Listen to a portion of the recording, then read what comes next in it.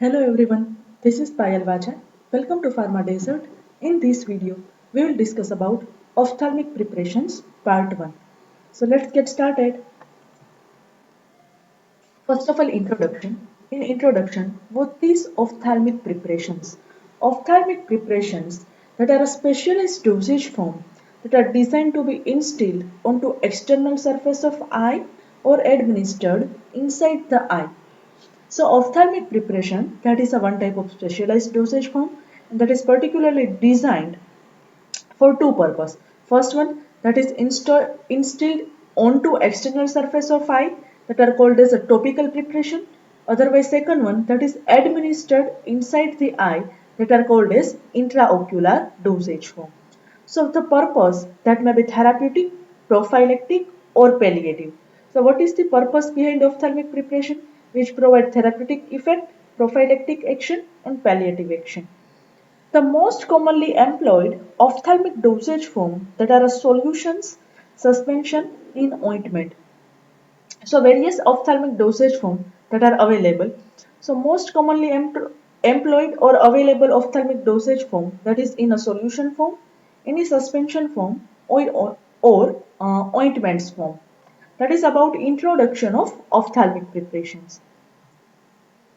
The newest dosage forms, suspension, ointments, remaining other dosage form, like the newest dosage form for ophthalmic drug delivery, that are gels, gels forming solutions, ocular insert, intravitreal injections and implants. So newest dosage form of ophthalmic drug delivery, that are gels, gels forming any solutions, ocular insert and intravitreal injection and implants. That is about anatomy and physiology of eye. So, in anatomy and physiology of eye, human eye diameter, that is around 23 mm diameter. So, which consists of mainly three layers. First one, that is outermost coat. In outermost coat, the clear transparent cornea and the white opaque sclera that is present. So outermost coat, that is made up of clear transparent cornea and white opaque sclera. Second layer, that is middle layer. Middle layer which contain the iris.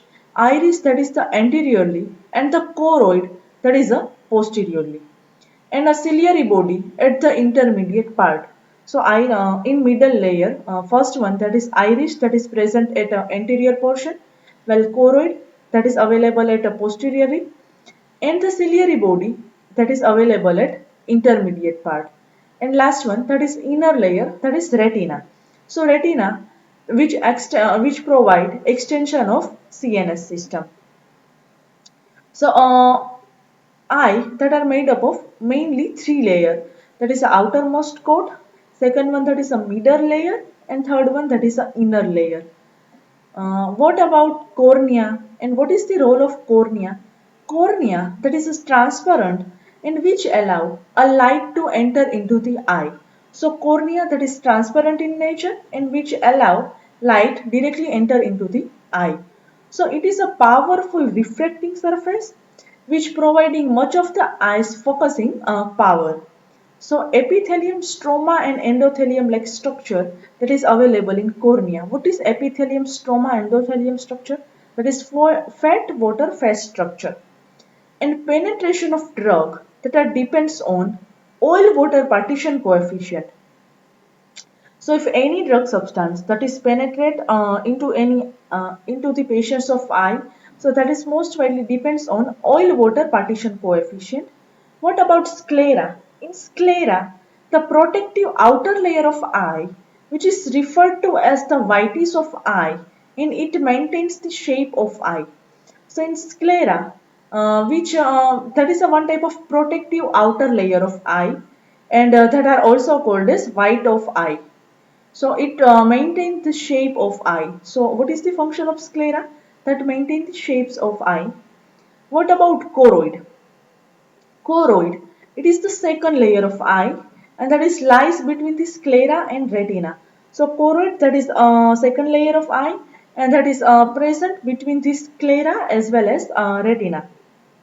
and it contains the blood vessels and that provide nourishment to outer layer of retina. So what is the function of choroid? Choroid that contain blood vessels, and these blood vessels which give nourishment to the outer layer of retina. What is the role of iris? Iris, that is the part of eye and that gives it color.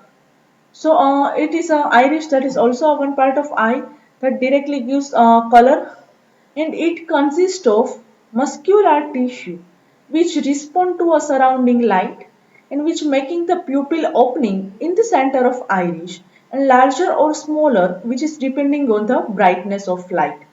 So iris, that is the part of eye in which give color. So iris that consists of muscular tissue, and this muscular tissue which is respond to surrounding light which making the pupils opening in the center of iris as well as larger or smaller that is depending on brightness of light. What about lens, or what is the function of lens? So lens that is a transparent biconvex structure and that is encased in a thin transparent covering. So the function of lens is to refract and that is focus incoming light onto retina. What about retina? Retina, that is the innermost layer in the eye. So that is inner layer of eye, and it converts images into electrical impulses that are sent along the optical nerve to the brain, where the images that are interpreted. So function of retina, they interpreted any type of images. What about macula, or what is the role of macula? Macula is located in back of eye and in the center of retina, and this area produce the sharpest vision. So macula, they produce sharpest vision. Next one, the inside of eyeball that is divided by lens into two fluid field section. First fluid that is a vitreous fluid and second one that is the aqueous fluid. In vitreous fluid, the larger section at the back of eye, it is filled with a colorless and gelatinous mass. So larger section that is filled with colorless gelatinous mass that are known as vitreous fluid or vitreous humor, while water-like material or smaller section that are called as aqueous humor. Okay. What about conjunctiva? The conjunctiva, that is a mucous membrane that begin at the edges of cornea and that lines the inside surface of eyelid as well as sclera and which serves to lubricate the eye. So what is the role of conjunctiva? They lubricate the eye. What about lacrimal glands, or what is the function of lacrimal glands? First function, which secrete the tears and wash the foreign bodies. While second one, they moisten the cornea and prevent from drying out. That is about anatomy and physiology of eye. What about mechanism of ocular absorption? In mechanism of ocular absorption, drug absorption or ocular absorption via two methods. First one that is non-corneal absorption. Second one that is corneal absorption. In non-corneal absorption, the penetration across the sclera in conjunctiva into intraocular tissue and non-productive because penetrated drug that is absorbed by general circulation. So if you are taking any or you are administer any type of drug into the eye, so, in case of non-corneal absorption, penetration across the sclera as well as conjunctiva into intraocular tissue, it is non-productive. Why? Because a penetrated drug that is absorbed by general circulation. What about corneal absorption? In corneal absorption, that is absorbed with the outer epithelium, and that is a rate limiting barrier with a pore size that is around 60-degree angstrom, and only they access to a small ionic and lipophilic molecule. So, if your drug that is administered into eye and if it is absorbed with the cornea, so in corneal absorption, outer epithelium, what is the role of outer epithelium? Outer epithelium, that is a rate limiting barrier with pore size that is around 60 angstrom, and only they access to a small ionic as well as lipophilic molecules. So what about transcellular transport? In transcellular transport, transport between corneal epithelium as well as stroma. Various approaches that is present which improve the ocular drug delivery. So which type of approaches that is applied to improve the ocular drug delivery? First one, that is viscosity enhancer, eye ointment preparation, gel preparation, prodrug, penetration enhancer, liposome and neosome preparation. So all are the various approaches which improve the ocular drug delivery. Remaining approaches, that is about nanosuspension, microemulsion, nanoparticles, otherwise nanosphere, and in situ forming gel. First one, in enhancement of bioavailability. So how any type of dosage form that have improve, which improve its bioavailability. So bioavailability of dosage form that is improved by various factors or various conditions. First one, increase in viscosity of formulation, which leads to decrease in drainage. So if you increase viscosity of any dosage form, they directly decrease drainage. So slow elimination rate from the precorneal area, which enhance the contact time. So if your drug substance that have a slow elimination rate from your precorneal area, so based on slow elimination rate, which enhances contact time of drug with ocular tissue. Generally, a hydrophilic polymer which enhance bioavailability of dosage form like methyl cellulose, polyvinyl alcohol, polyacrylic acid, sodium carboxymethyl cellulose, and carbomer. All are the example of a hydrophilic polymer and they enhance the bioavailability. And a minimum viscosity of that is around 20 centipoise is needed for optimum corneal absorption. So for optimum corneal absorption, how much viscosity that is required? So around 20 centipoise viscosity that is required for a maximum or a optimum corneal absorption. What about use of penetration enhancer? In use of penetration enhancer, if you are using a penetration enhancer, so that is a one type of substance which increases the permeability characteristic of cornea by modifying the integrity of corneal epithelium that are known as penetration enhancer. So first of all, what is the exact definition or a phenomena of penetration enhancer? So penetration enhancer, that is a one type of substance. What is the role of penetration enhancer? So which directly increase the permeability characteristic of cornea. So permeability of cornea that is increased by modifying the integrity of corneal epithelium. So corneal epithelium that is modified with the help of or by adding a permeation enhancer that are known as penetration enhancer, and that is act by increased corneal uptake by modifying the integrity of corneal epithelium. So how that is work? Penetration enhancer that is work by they increase the corneal uptake by modify integrity of or by changing the integrity of corneal epithelium. Next one, mode of action. So by increasing the permeability of cell membrane. So how that is work? Penetration enhancer that is work by increase the permeability of cell membrane. So cell membrane permeability that is increased by adding a penetration enhancer as well as the acting mainly on tight junctions. So example of penetration enhancer that is DMSO, dimethyl sulfoxide, and lorocapram. Both are example of penetration enhancer. Second one, what about prodrugs? In prodrugs that enhance the corneal drug permeability through modification of hydrophilicity or lipophilicity of drug substance. So, prodrug which also enhance corneal drug permeability. So, how corneal drug permeability that is enhanced with the help of prodrug?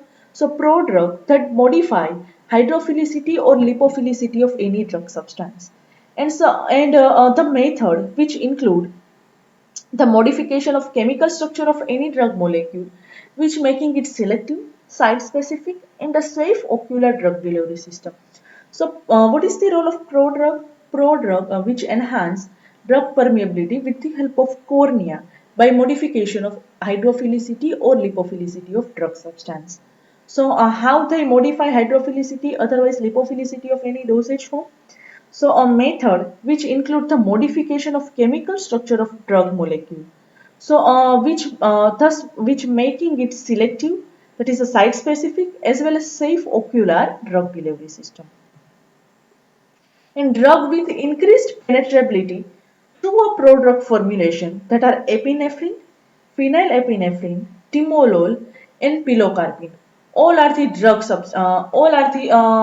prodrug which increase the permeability of any dosage form. Next, about use of mucoadhesive in ocular drug delivery. So in mucoadhesive ocular drug delivery, so what is the role of mucoadhesive agent and how it is useful? So polymeric mucoadhesive vehicle. What is the role of polymeric mucoadhesive vehicle? They retain in the eye due to non-covalent bonding with conjunctival mucin. In mucin, that is capable of picking up 40 to 80 times of weight of water, so which prolong the residence time. So polymeric mucoadhesive vehicle that is retained in the eye and due to non-covalent bonding with conjunctival mucin. Mucin that is peaking of around 40 to 80 times of weight of water, and due to that reason which prolong the residence time of drug substance. In mucoadhesive that contain the dosage form which remains adhered to cornea until polymer is degraded or mucus replace itself.